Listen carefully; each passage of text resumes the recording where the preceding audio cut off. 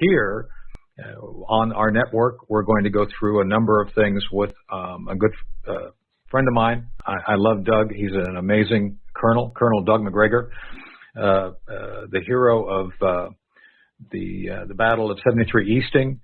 He's written several books, Breaking the Phalanx, which actually changed doctrine in DOD. I don't know how you feel about it, Doug, but they credit you for helping shape the Iraq invasion by your thinking in that book and the idea of modularization of the military, which I thought was a great idea. And obviously, you have a new book out, Margin of Victory, 5 Battles That Changed the Face of Modern War. We'll talk a little bit about that. Well, anyways, thank you for being here, Doug. Sure. If I may, I would revise the introduction in one way. Sure. Sam, the hero of the 73 Easting, there were 1,100 of us in the 2nd Squadron on the battlefield that day, and I would say there were certainly 1,100 heroes. Yes, sir. No mean the only one or alone. It's important to keep that in mind. Yes, sir. Oh, no, I agree, and I would encourage people to go out and check. I think the History Channel is a great, very accurate rendition of what happened. And well, I also wrote a book about it. It's called Warrior's Rage. Warrior's Rage. And that was published, I think 2009 or 2010, somewhere there. And, people might find it of interest. And a number of movie producers have expressed an interest in it. But I think it's a tough nut to crack right now. Yeah. And I think at some point it will be very interesting to people because it's a positive story about the U.S. military. And I think we could use those.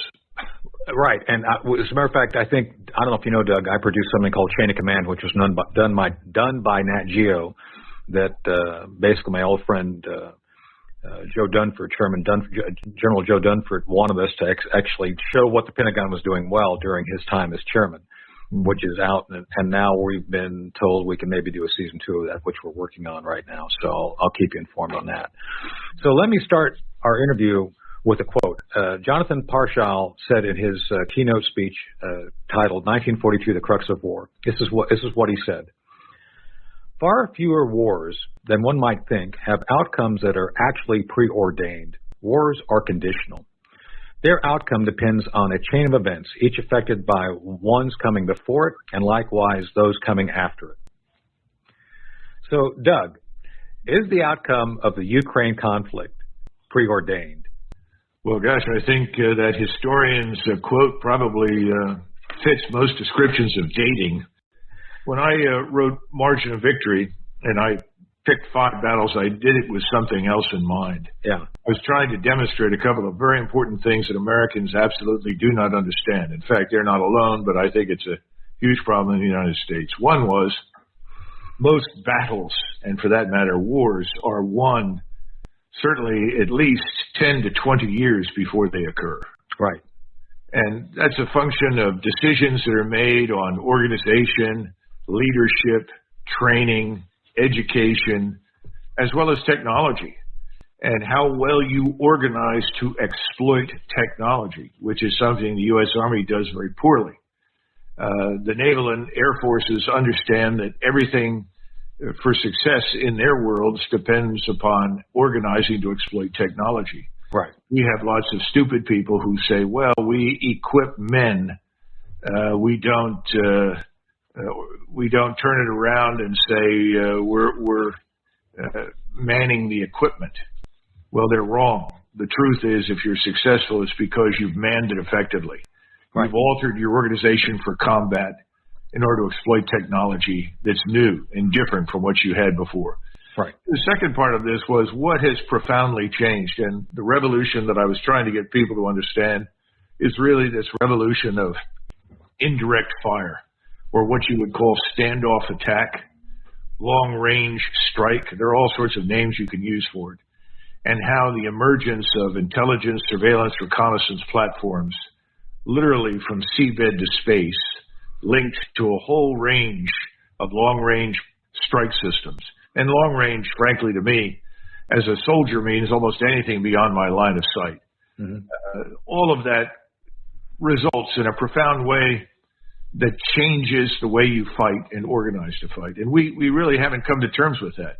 We still think in terms of long-range strike that comes from the Air Force or the Navy, as augmenting our artillery. We don't Right. see ourselves as part of this new paradigm.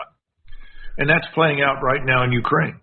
One of the things that the Russians have done very effectively, and it's not surprising since they were the first after World War II to really see this, is that they have organized their ISR and tightly linked it to a whole range of strike systems from automatic mortars all the way up to tactical ballistic missiles, cruise missiles, and so forth, to the point where early in the campaign there was a fight in and around Kharkov, and an apartment block was abandoned, and the Ukrainians went across the street into a mall and set up essentially artillery and fighting positions.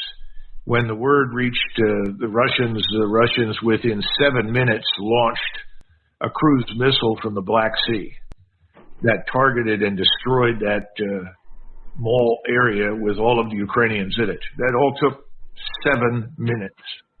That's impossible in the U.S. military.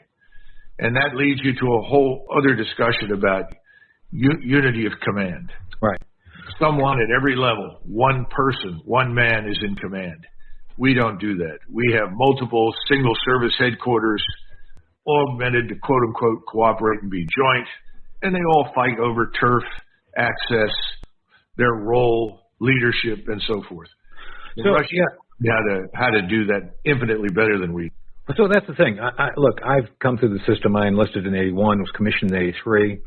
I can honestly say that other than going to spy school, going down to Camp Perry to become a spy, none of the education, professional education, ever related directly to what I had to do to be effective in combat. From going through officer basic. No, Doug, I'm completely serious. I mean, look, I am not surprised. I agree with you. And one of the things that did not endear me to my superiors was that both during Desert Storm and afterwards, when I commanded at Fort Riley, the paradigm I adopted was tactical paradigm, battle drills, formations, and so forth, and integration with air power was really very German.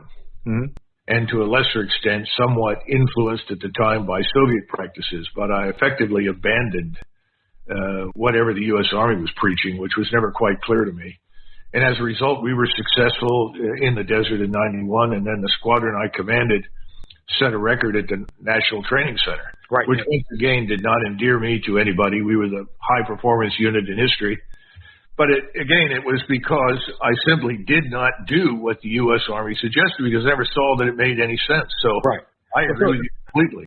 Yeah, no, and you're credited widely for all of the doctrine and tactics you were able to come up with. But I did the same thing because when I went through officer basic as a second lieutenant, they made us jack of all trades, second lieutenants. We're supposed to know everything in MI. It's like that's stupid. And next thing I know, I'm chasing terrorists in Europe, doing things